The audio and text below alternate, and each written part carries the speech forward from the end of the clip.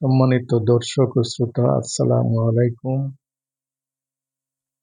আশা করি সবাই ভালো আছেন। আমি আপনাদের দোয়ায় ভালোই আছি। মহানবী হযরত মুহাম্মদ সাল্লাল্লাহু আলাইহি সাল্লাম ১৩ বছর মক্কায় ইসলাম ধর্ম প্রচার করে প্রচণ্ড বাধার সম্মুখীন হয়ে তিনি ৬২২ খ্রিস্টাব্দে মদিনায় হিজরত করেন। মদিনায় ১০ বছর অক্লান্ত চেষ্টা করে তিনি একটি ইসলামী রাষ্ট্র প্রতিষ্ঠা করেন। ৬৩২ খ্রিস্টাব্দে তার ইন্তেকালের পূর্বে সমগ্র আরব উপদ্বীপ এই ইসলামী রাষ্ট্রের শাসনের অন্তর্ভুক্ত হয়েছিল। তার ইন্তেকালের পর খেলাফতে রাশেদার যুগ শুরু হয়। ওই যুগে পারস্য ও পূর্ব রোমান সাম্রাজ্য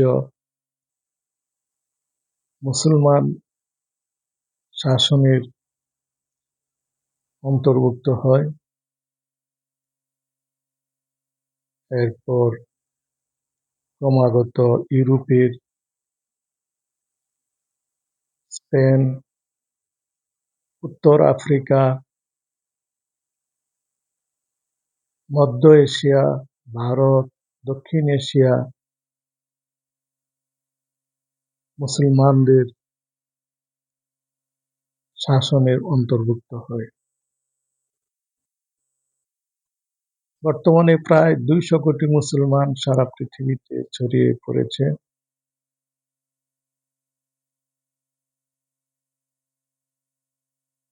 ইসলামের এই উত্থানের পিছনে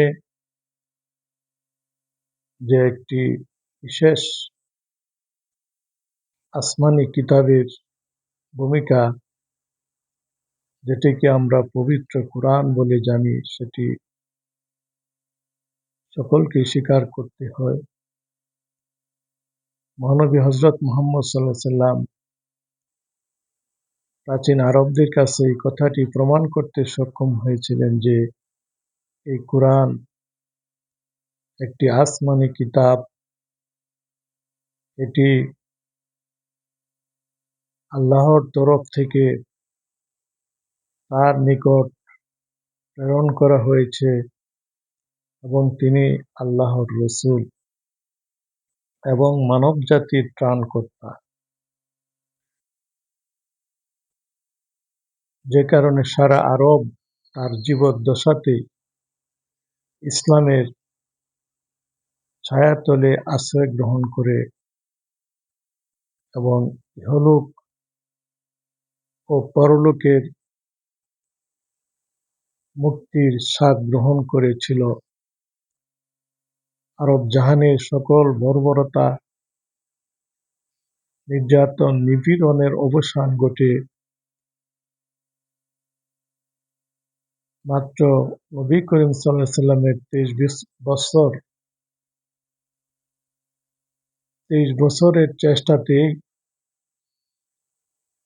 সারা আরব উপদ্বীপ ইসলামী রাষ্ট্রের অন্তর্ভুক্ত হয়ে পড়েছিল। শুধু যে মহানবী হযরত মুহাম্মদ সাল্লাল্লাহু আলাইহি সাল্লাম কুরআনকে এক আল্লাহর কিতাব বা একটি আসমানি কিতাব বলে প্রমাণ করতে সক্ষম হয়েছিলেন তাই নয়, তিনি হারিয়ে যাওয়া বিজ্ঞান ও বৈজ্ঞানিক গবেষণাকেও পুনরুজ্জীবিত করেছিলেন। যে বিজ্ঞান এবং বৈজ্ঞানিক গবেষণার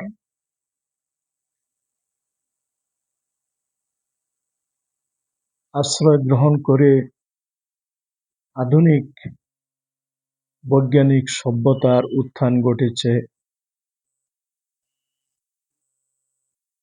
ত্রয়োদশ, দ্বাদশ ও ত্রয়োদশ শতকে ক্রুসেডের মাধ্যমে ইউরোপ মুসলমানদের সংস্পর্শে আসে এবং মুসলমানদের জ্ঞান, বিজ্ঞান ও প্রযুক্তিকে গ্রহণ করে তারা আমরা যে আধুনিক বৈজ্ঞানিক সভ্যতা দেখছি সেটির গোড়াপত্তন করেছিলেন। তাই আধুনিক জ্ঞান বিজ্ঞানের উত্থানে মুসলমানদের অবদানকে মানবজাতি অত্যন্ত শ্রদ্ধার সঙ্গে স্মরণ করে থাকে। তবে বর্তমানে বিজ্ঞান ও প্রযুক্তির ব্যাপক উন্নতি হলেও মানবজাতি একটি সেকুলার জীবন ব্যবস্থার দিকে ফিরে গিয়েছে, যাকে নবীর আগমনের পূর্বে যে আইয়ামে জাহেলিয়াত ছিল সেটির সঙ্গে তুলনা করা যায়, যেখানে ধর্ম বিলুপ্ত হয়েছিল, নৈতিক ও ধর্মীয় জীবনযাপন থেকে মানুষ বহু দূরে চলে গিয়েছিল। বর্তমানে পৃথিবীর অধিকাংশ মানুষ ধর্মের আলো থেকে বঞ্চিত হয়েছে এই সেকুলার জীবন ব্যবস্থাকে গ্রহণ করে। ফলে পৃথিবীর সর্বত্র মূর্খতা, জাহেলিয়াত ছড়িয়ে পড়েছে। যুদ্ধ, সন্ত্রাস, দুর্নীতি, দারিদ্র্য, মহামারী পৃথিবীর অধিকাংশ মানুষকে গ্রাস করে ফেলেছে। গ্রিন হাউস প্রতিক্রিয়া এবং একটি পারমাণবিক যুদ্ধের আশঙ্কায় পৃথিবী ধ্বংসের শেষ প্রান্তে পৌঁছে গেছে। কাজেই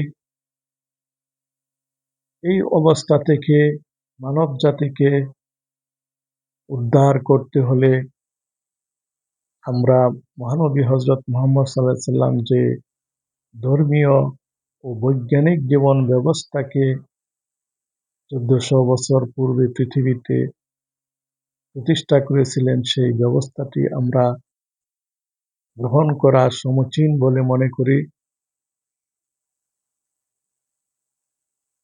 এই ব্যবস্থার মাধ্যমে বর্তমানে পৃথিবীতে যে শোষণ, নির্যাতন, নিপীড়ন চলছে, যে যুদ্ধ, সন্ত্রাস চতুর্দিকে ছড়িয়ে পড়েছে, দুর্নীতি, দারিদ্র্য মানুষকে গ্রাস করছে, সেগুলো থেকে মুক্তি পাওয়ার জন্য আমরা মহানবীর সেই ব্যবস্থাকে, ধর্মীয় ও বৈজ্ঞানিক ব্যবস্থাকে গ্রহণ করতে পারি, যাকে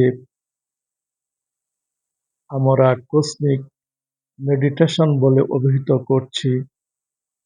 পবিত্র কোরআনের সূরা গাশিয়াতে এই ব্যবস্থার উল্লেখ পাওয়া যায়।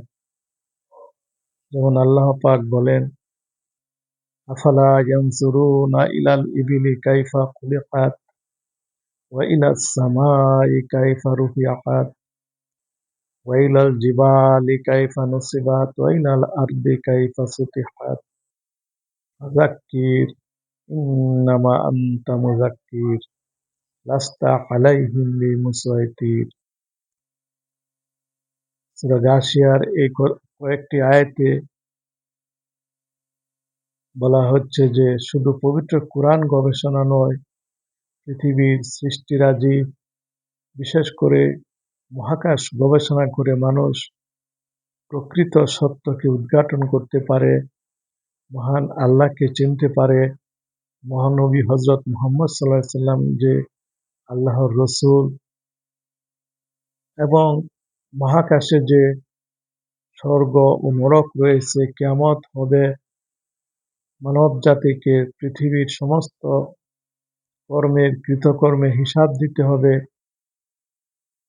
এই অনুভূতি, এই বিষয়টি মানুষ কসমিক মেডিটেশনের মাধ্যমে জানতে পারবে।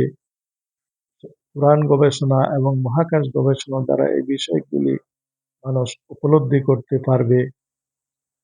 এই বিষয়টিকে আমরা কসমিক মেডিটেশন বলে অভিহিত করছি।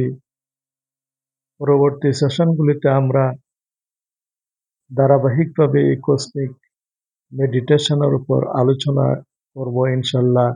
আসসালামু আলাইকুম ওয়া রাহমাতুল্লাহ।